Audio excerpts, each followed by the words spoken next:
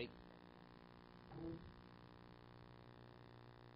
Back to the drawing board.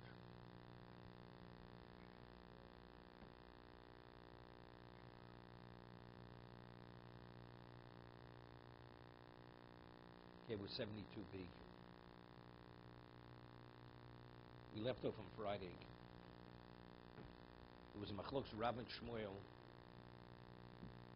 There was a person who died. His name was Paltio ben Dinio. And when he passed away, Yecheskel Hanovi cried out to Hashem. So the question is, why did he cry out? Did he cry out because this Paltio ben Dinio did something exceptionally good? So the Gemara tells over a story that when the Jews went into captivity with Nebuchadnezzar to Bavel, so his son-in-law was in a province called Meshan. It's a province in Persia. And he said to them, he said to his father-in-law, why don't you send me some of the captives? So he was going to send the Jews. So Benio, this Paltio Benio says to Nebuchadnezzar, why don't you keep the masters and send the slaves? So he sent the slaves to Meshan, to his son-in-law, that they should be the slaves of the Babylonians that were in Meshan. So therefore, when he passed away at midlife, Yecheskel, he cried out to Hashem because it was a tremendous loss. I mean, the man was a good man, and he died at midlife. That was one. The other interpretation was that he was one of the 25 people who in the Beis HaMikdash, they disgraced Hashem by defecating towards the Kodesh HaKadoshim. So therefore, and he died a normal death, an ordinary death, on his deathbed. So Yecheskel cried out, if an evil person dies a normal death, so what do you expect? What is this an example of? This is Rasha V'Tovlo. It's not a good example. So there was a question, who said what? Rav said one, Shmuel said the other. Did Shmuel say that he did something good or he did something bad? So the Gemara wanted to say that Shmuel is of the opinion that he did something good. Why? He was a Jew. The Stayim, the Shmuel Domer B'ro, bring a proof that Shmuel had interpreted in a negative manner. That's Paltio ben Bidio was a Russia, was evil. Domer B'chi bar Oven am Shmuel Mushkinig. Harei Kegola Liuchsin, it's midpoint in the wide lines. Mushkini is a province in Gola Luyuchsin. It's like the equivalent of Pumbedisa. It has the purest pedigree. Meshan lo choshelo. But Meshan, that's the province of Meshan. Lo mishum avdus, there's no concern not for slaves. Lo mishum amzerus. Ela kohanim show you both. Lo ikvidu al grushos. What was the concern there? That the kohanim that were there, they married women that were not permitted to them. The chalolim. So Abdus is not a problem, Mamzer is not a problem. But if Shmuel is of the opinion that Paltio ben Yodo had encouraged Nebuchadnezzar to send the slaves there, there should be a concern that they were avodim, right? So evidently, we see that that he was not the one who encouraged that the avodim, the slaves should go there. Because if the slaves went there, you'd be concerned for slavers. Some question. Good. Shmuel says differently. He says that you're not concerned for Avdus, not Naziris, but just Chalolim. So no Kohen could take a wife from Meshan. Right? No Kohen, because they're Chalolim. They're illegitimate Kohanim.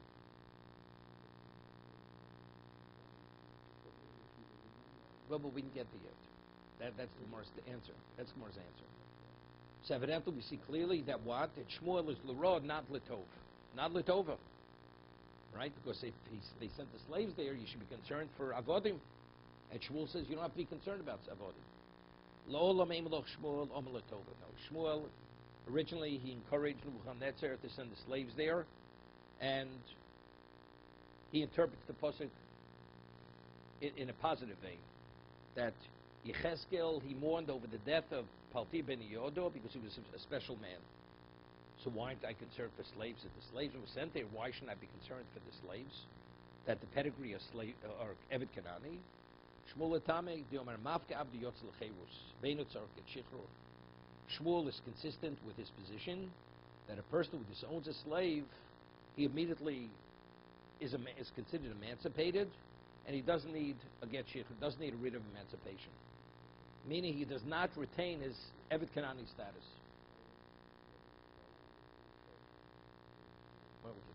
We hear Friday. Okay, so it said Rob said one thing, Shmuel said something else. We wonder who said what. Now, the question is this. Before this Gemara, I mean, Shmuel's position is mentioned in other Masechtas. He'd say, they're arguing in the lumdus.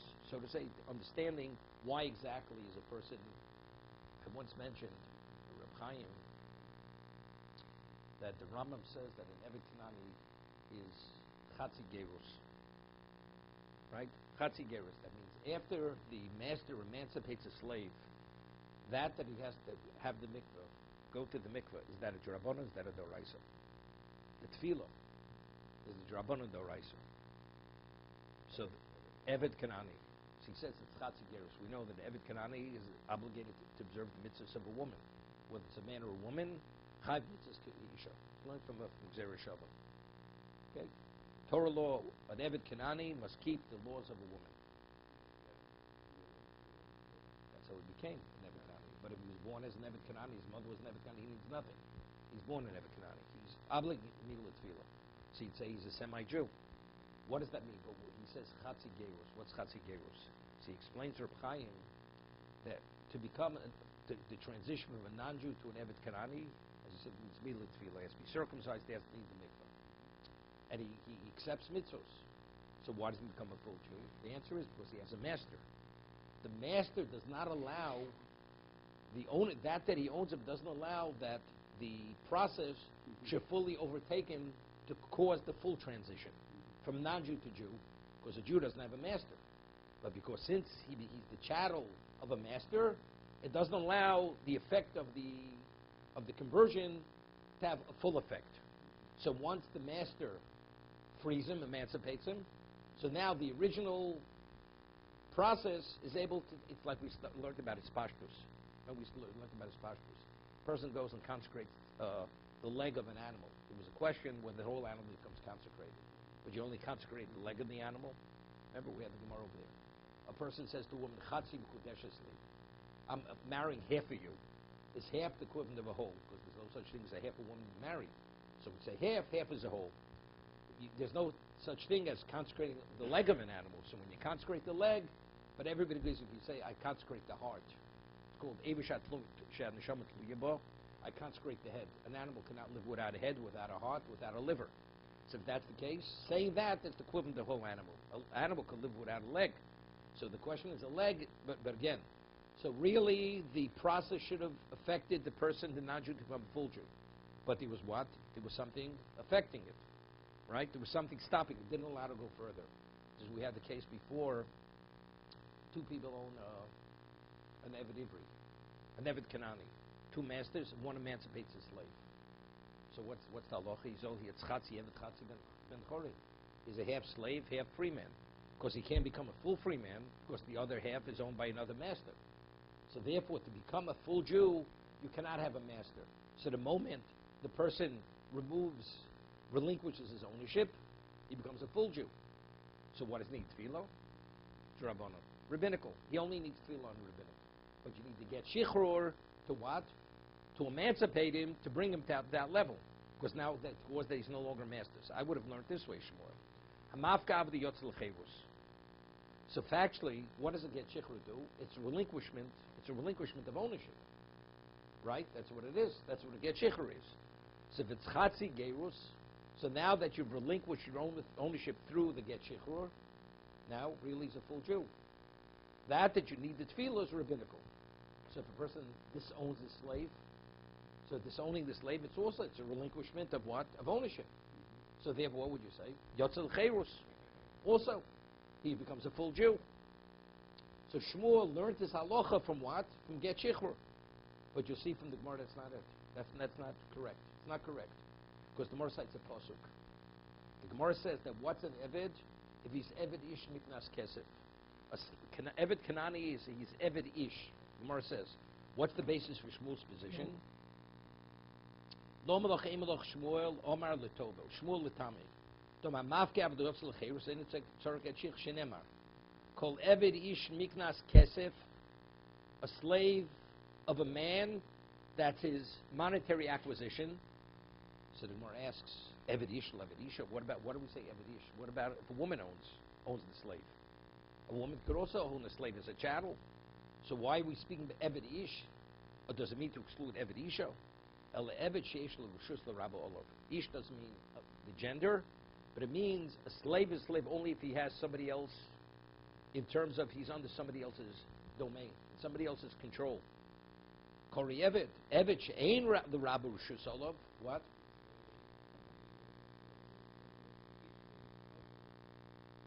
That means if you have a master, if you have a master, you're a slave. You have no master, you're no longer a slave. That's what the Torah is saying. Eved ish. When are you a slave if it's eved ish? You're not this. You have no master, then you're no longer a slave. Sheish lo rishus l'rabo olav kori eved. Eved she'ein l'rabo rishus olav ein kori eved. He's not ein, not in. Ein. He's not considered an eved. What are you saying?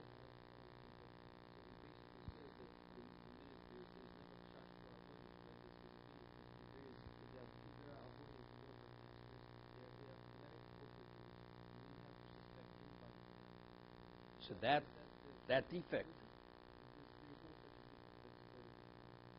he's citing this. Shmuel is consistent with his position that since when the slaves of the Jews were sent to this province, so that means they actually, Rashi says, they miyayish. They despaired. That means they're gone forever. They're not getting these slaves back. So it's like hefker. It's like mafker avdo. Once it's mafker avdo, it's yos l'cheirus. So the defect in pedigree is no longer there. It's like it's an emancipated slave. It's like a ger. That's what it is. They're not slaves any longer. Right, correct. But what do we see? So the question is now, what do we need? We need a pasuk. Without a pasuk, I would say he's still a slave. It's only because it's based on Xeris HaKosov, Eved Ish, and not a person no longer has a master. Correct? That's what basically. If you emancipate a slave, without this Gemara I would have said, it's a svara. It's a logic. Just as when I emancipate you with a get shichur, I'm no longer your master, and then you become a free man. I'm going with the Rambam. Really, a slave should be a full Jew, because he underwent the process of gerus. But what prevented it from becoming the full gerus? Because he had a master. So the moment he relinquishes his mastership, he should become free. Correct? That's the whole idea of receiving the get shichru. So what do I need a pasuk? But yet, you see clear from the Gemara, without the pasuk, what would have I said? I'd say he still remains a slave. Even after he disowns him. If we're saying that a person only remains is an Eved Kanani, it doesn't affect it fully because he has a master. That is the rationale. Why? Although you had Milan Tefillah, but if you have a master, you cannot be a Jew. So the moment the man relinquishes his mastership, he should become a full Jew. So, but yet the Gemara says, if not for the pasuk, I would not say that. A mafka avdi yotz l'cheirus because I have a pasuk. What do I need a pasuk? Torah says, if you give a get shichur, you're emancipated. So how does he know this? Where does the Rambam get this from? Maybe it's not. How do we know tzchatzi gerus? How do we know it's based upon the mastership? Right? The answer is this pasuk. If not for this pasuk, I would say not this way. I would say, you know what Eved Kanani is? It's a half for conversion. Initially, it's not because you have a master, that's why you didn't become a full Jew. That you originally underwent this process not to become a Jew, to become an Eved Kanani. What is that? It's a different reality. You're a semi-Jew. Not because there's a master, because to become a full Jew, the initial conversion has to be a full Jew. It's a different kind of conversion. But we see from this pasuk, no. What's the reason why you're not a full Jew? Is because you have a master.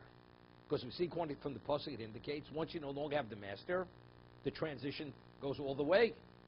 So why initially do you need a get shechrur? Because the master, rather than disowning him, He's releasing him with a get. The get is the equivalent of this ownership. That's what it is. That's what you see from this. Tefillah. Rabbinical. Because he looks like... No, what's any rabbinical? Because factually, until now, he didn't live as a Jew. He was permitted in the Shivcha Kananis. Evet Kanani is permitted to have relations with the Shivcha Kananis, right? Which is not normally permitted.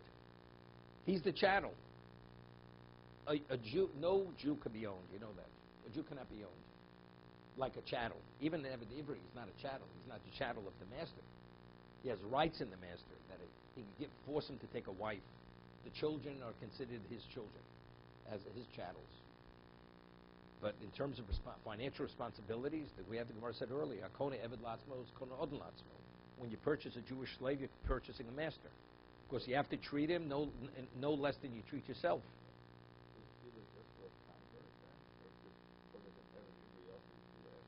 No. Eved Ivri is a Jew even as a slave.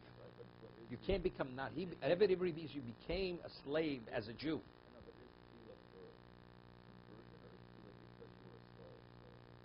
Again. Tefillah is conversion. Always conversion.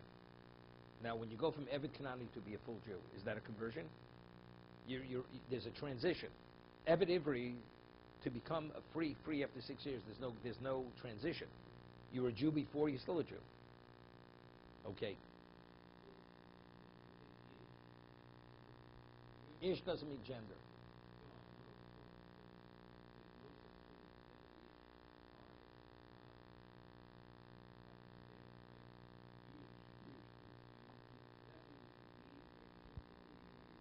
Here, there was no here. It was a Yush. Rashi says that's well, but that's why I wanted to speak about it. That's no.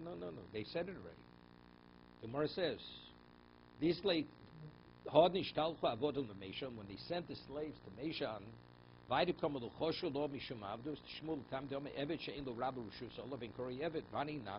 Rashi speaks. The Babylonians, they stole the slaves from the Jews. And they despaired, never ever to get them back. Zeu hefker. That is the equivalent of disownership. The despair is zeu hefker. Kedamin begitten nisiyashti miploni avdi. If a person makes a statement, I despaired for my slave. Let's say a slave would flee, and the master despairs, never believing he'll ever get the slave back again. Umishum loshin hefker noket lo.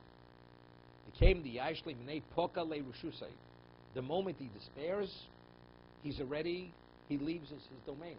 And the moment he leaves his domain financially, he becomes a free man.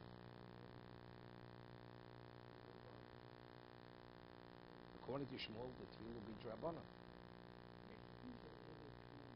Evet Kanani, which become Jews. Full Jews. Correct? Which is the equivalent of disownership. The hefker.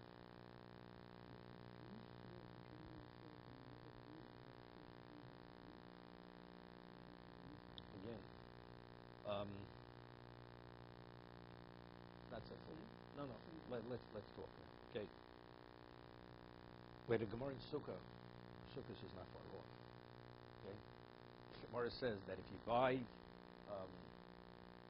hadassim from a non-Jew, you should let him cut it, and he should give it to you. Why? Because since the property may be stolen, the non-Jew has the property may have been the Jew's property, and since we say karka ein nigzelis, so when the non-Jew stole fixed property from the Jew, the property never transferred over to the non-Jew. Okay, so therefore, if he tells the Jew to cut the hadassim, the myrtles, he's the thief, because the original Yush never affected the property. Okay? Never affected the property. We'll discuss it in a moment. Never affected the property. So therefore, when does the Yush come into effect? Once the hadassim are severed from the field. Therefore, you should tell the non-Jew he should cut it, so that the Yush takes place the moment he cuts it, and then the Shini Rishus. And when he sells it to the Jew, or gives it to the Jew is permitted to take possession. So it's not a mitzvah b'avera. That's the Gemara in Sukkah. You're getting a little of Agoza, okay?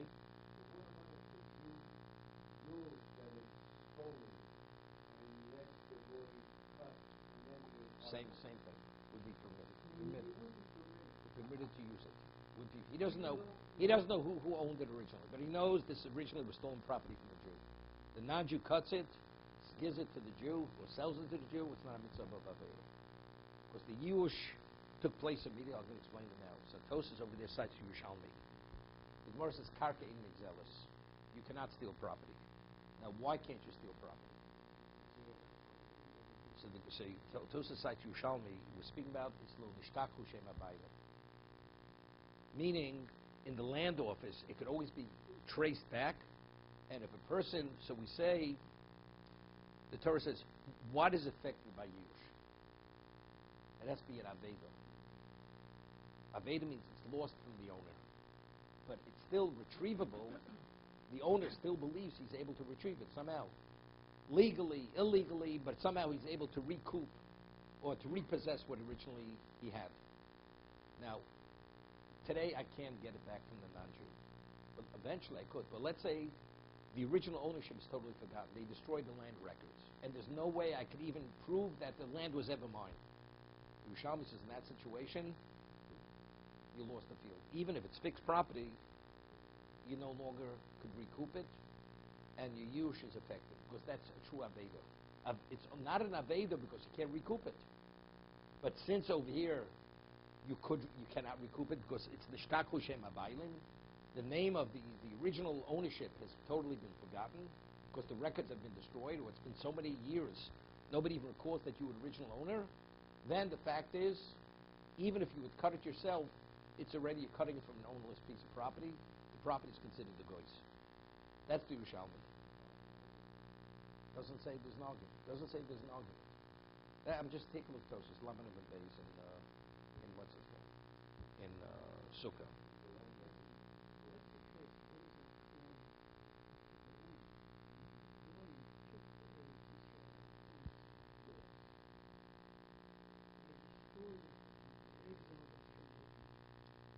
Firstly, factually, it's irrelevant. Factually, the Jews never despaired from the land. The land of Israel has always been known the land of the Jews, regardless, throughout history. It was our land, the Romans occupied it, the Babylonians occupied it, whoever occupied it, the Arabs occupied it.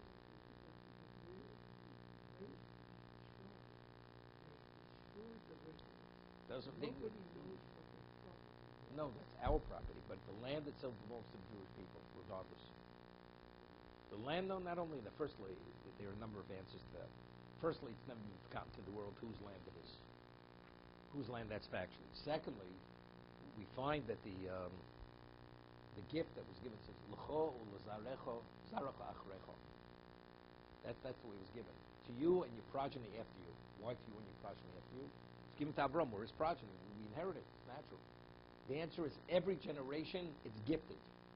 Even if it was taken from the previous generation, it's again gifted. So Hashem continuously gifts the land to the Jewish people, therefore it can never be taken from us. Because there's an ongoing gifting of the land to the Jewish people till the end of time. That's the exception. That's what it says, L'cho lezarecho zaracha achrecho. To you and your children after you. Okay? That's one of the why, that's why otherwise it's totally superfluous. What does that have to be reiterated? For this reason itself. No, so what I want to bring out this over here. Now, the Gemara says in Bava Kama, Karka ein nigzelis. Land cannot be stolen. When you steal something, what is stealing? When you steal a movable, you're taking the object out of the domain of the owner. When you steal property, you're taking the owner away from his property. The property is the owner's property. Correct? Therefore, karka ein nigzelis. So the Gemara says the person steals a piece of, if I steal something, and then the object I steal is destroyed, even by an act of God, the thief has full liability. Why? Because the moment you steal it, the Torah says you have full liability, so whatever happens, you have full liability. Land cannot be stolen. Based on psukim. It has to be immovable, and entity, it has to be an entity of value. So land cannot be stolen. So let's say a person steals a property, and subsequently it's inundated, it's flooded, destroyed. The thief has no liability. He's only liable for what he took. If he took produce off the field, that's he's liable for. But the actual property that's destroyed, he has no financial liability for the property. Because he was never considered a thief regarding the property. Because he never took the property out of the domain of the one who owned it. Wait, I want to finish the story. That's a Gemara in Bava Kama. Therefore, it's nistapcha, so even the field becomes, nistapcha becomes inundated, flooded, destroyed, it's underwater. The thief has no liability to the owner who he took it from. Okay? But if he steals an object, a movable, and it becomes destroyed, unrelated to the thief, nevertheless, he has full liability. Okay? Now, what exactly is a slave? What is the status of a slave? Is a slave considered a movable, or a slave the equivalent of fixed property? Okay? So the Gemara says that there's a Gezeres HaKosim, although physically a slave is immovable, but his status is like fixed property. Because it says in the Pasuk, V'snachaltem livnechem achrechem, you will inherit the slave, the Canaanite slave, to your children after you, as you inherit property. So therefore, the Gemara says a slave is equivalent to fixed property. Even though physically he could be removed, and you could take possession of him, but legally you have no kinyonik zeva. Therefore, let you steal a slave. The slave dies, the thief has no liability for the slave. Has no liability. Okay? So here we're talking about Eved Kanani. So Eved Kanani, so the whole idea of Yush, what's Yush dependent upon? Why is Yush not a fixed property? Because it's always in the domain of the owner. But according to Yerushalmi, what about it's Nishtako Shem Bailim? Let's say there's no trace or record of that original ownership. Even fixed property is what? Yush is effective. It leaves the domain of the original owner. A slave, so when you steal a slave, where definitely a slave, you can't track the original ownership of the slave, right? Therefore, the moment they went into exile and they were taken by the Babylonians, therefore Yush works. Because it's Nishtako Shem Bailim. It's the equivalent of the property after many years that you cannot trace the original ownership of the property.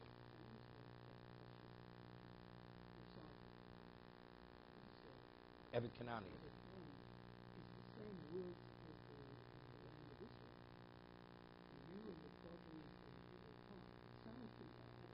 No, it's not. It's nachalta with nechem achrecha. There it says l'cho ulezarcha achrecha. It will be. It doesn't say the word nachlo. Nachlo is your portion. Nachlo is regarding it. Here it says it will be yours and your progeny after yours. Almost. What? Lachuza. Right. Got a Balkori here. Okay. He just revealed it's not only Gilus Esther, it's even the Torah. Okay.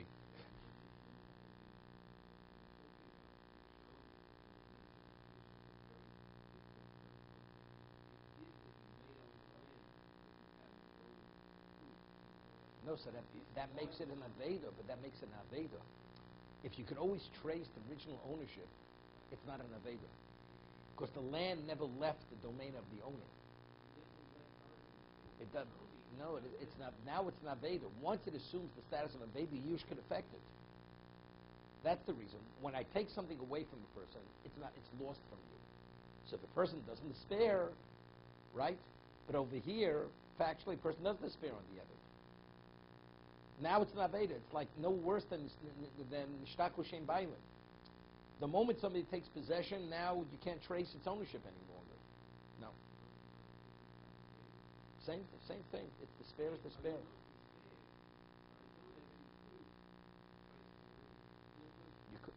If you don't have proof to trace them, that causes to be an Aveda. That is an Aveda. Once it's an Aveda, Yush could affect it. But that's the Yerushalmi.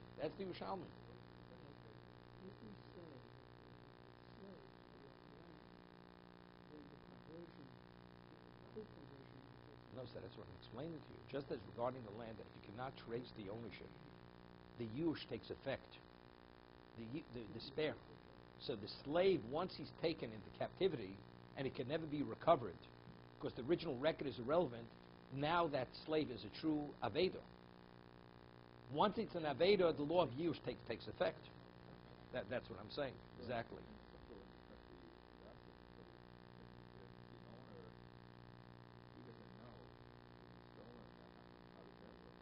No, the owner knows it's his.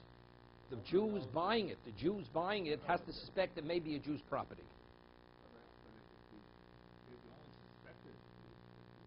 So you not be Yotzei. No. The owner is biding his time. Eventually, I'm going to get my property back. Now the Jew who's buying it, he's buying it from this non-Jew. The non-Jew says it's his property. Could he be trusted? He may have stolen it. His father may have stolen it from a Jew. But whoever that owner may be, he's waiting for the moment when he could retrieve that property. But the one who's buying it, the purchaser, he doesn't know.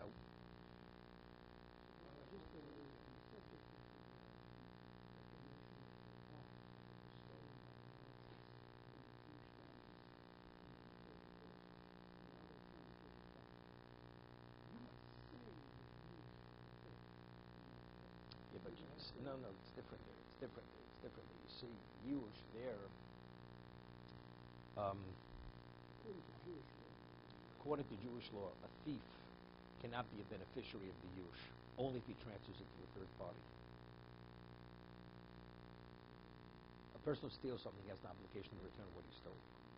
So if the spare takes place subsequent to the theft, and the one who's in possession of the stolen object is the thief who had the obligation to return it, he still has to return it despite the fact that it was a Yush.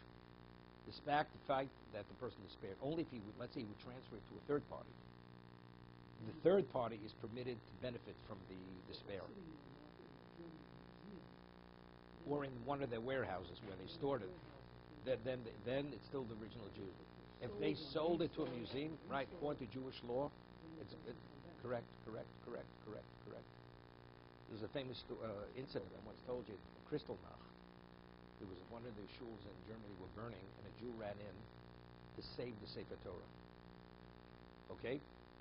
So there was a question later, maybe 30 years after the war, in the United States, somebody in Seattle, Washington, came to know had the Sefer Torah, and the family was in New York, in the British community, and they wanted to reclaim the Sefer Torah. I said, it's ours. But the fact is, when that shul was burning, the owner despaired. Nobody took possession. The man ran in to save the Sefer Torah before it was burnt into ash. So the halacha is legally, the man had a right to keep it. It was only for, you want to say, Darkei Sholom, only ethically, morally, it was the right thing to return it to the family. But legally, he was permitted. What?